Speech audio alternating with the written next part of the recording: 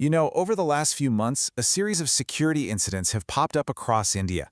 At first glance, they might look totally random, but if you look just a little closer, you start to see a pattern, a new, coordinated kind of threat. And it's a challenge that's not just hitting our borders, it's aimed right at the heart of our society. All right, let's dive in. Think about it. A bomb hoax that sparks panic, the arrest of terror operatives who are planning a real attack, and a controversial preacher getting an official invitation from a neighboring country. What on earth could possibly connect these three things? Well, that's the puzzle we're going to piece together today. And the answer? It tells us everything we need to know about the new face of warfare. Right, so none of this is happening by chance. There's a clear playbook here. And it all kicks off with psychological threats. These are attacks on the mind, designed specifically to create fear and instability. And from there, it ramps up to operational plots, creating very real physical danger aimed at symbolic targets. And the final layer? That's the ideological battle. A fight over narratives that goes way beyond our borders. You put them all together, the psychological, the operational, and the ideological, and you've got the three pillars of this new kind of threat. So, to really get what's going on, we have to zoom in on a really specific time frame. A critical 6-week period back in September and October of 2025. This is where all the pieces of the puzzle really fell into place. Okay, let's break this timeline down. It starts on September 12th with a hoax email causing chaos at the Delhi High Court. Total psychological warfare. Fast forward a month to October 24th, and things get very real. 2 ISIS-inspired operatives are arrested, and authorities stop an actual IED attack planned for Diwali. Imagine that. Just a couple of days later, an even bigger module gets busted, and that's when we saw there was a much bigger long-term ideological game at play. And then, on the very same day, Bangladesh invites Zakir Naik, a man wanted here in India for spreading extremist ideologies. You see the pattern? This isn't just random bad luck. It's a step-by-step escalation. So yeah, these are not just random dots on a map. They're connected, forming a clear line and escalation designed for maximum psychological and physical impact. Now, what's really fascinating is the strategy behind it all. What we're looking at here is a textbook case of what experts call hybrid warfare. And this isn't about tanks and planes, it's about targeting a nation's mind.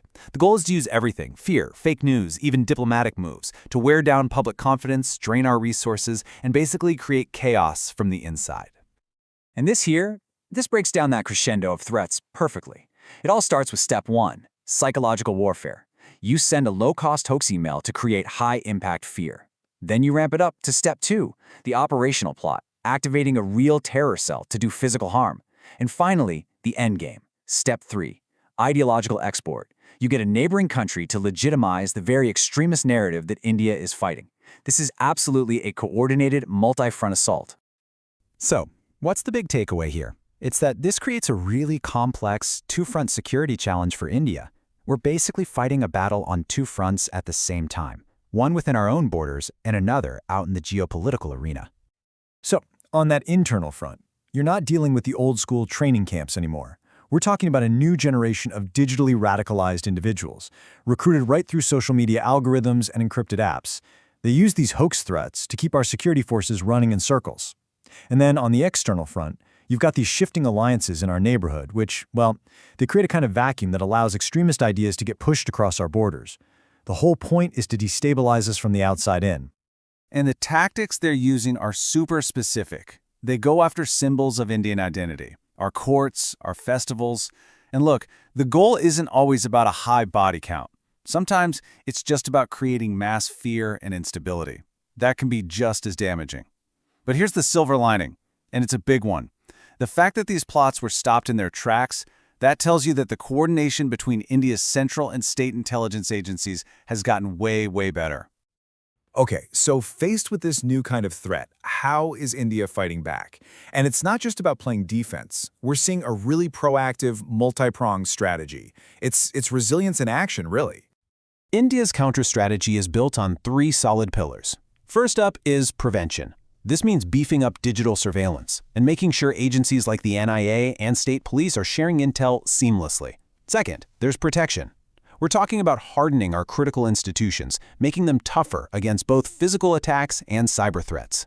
And third, and this one is so important, is perception. This is about winning the information war, building national unity, and pushing back against all the misinformation out there on the global stage. all of this isn't just security for the sake of it.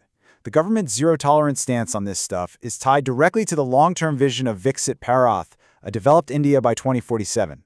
And the logic is really simple, right? A nation that's secure and stable is a nation that can actually innovate, attract investment, and grow.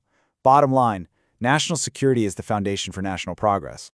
So when you step back and connect all these dots, the hoaxes, the foiled plots, the ideological games, and India's strong response, you start to see a really profound truth about what conflict looks like today. And if there's just one thing you take away from all of this, let it be this. The battlefield of the 21st century, it's not just on land, at sea, or in the air anymore.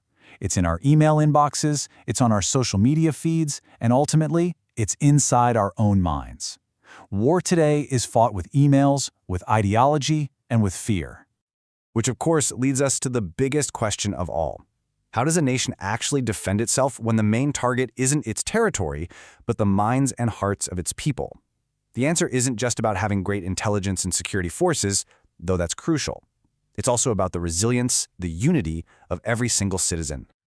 And this final thought really brings it all home. It's a powerful message of resolve. It reminds us that when you're facing these kinds of threats designed to divide and create fear, a nation's greatest defense, well, it's its own unity and its constant vigilance.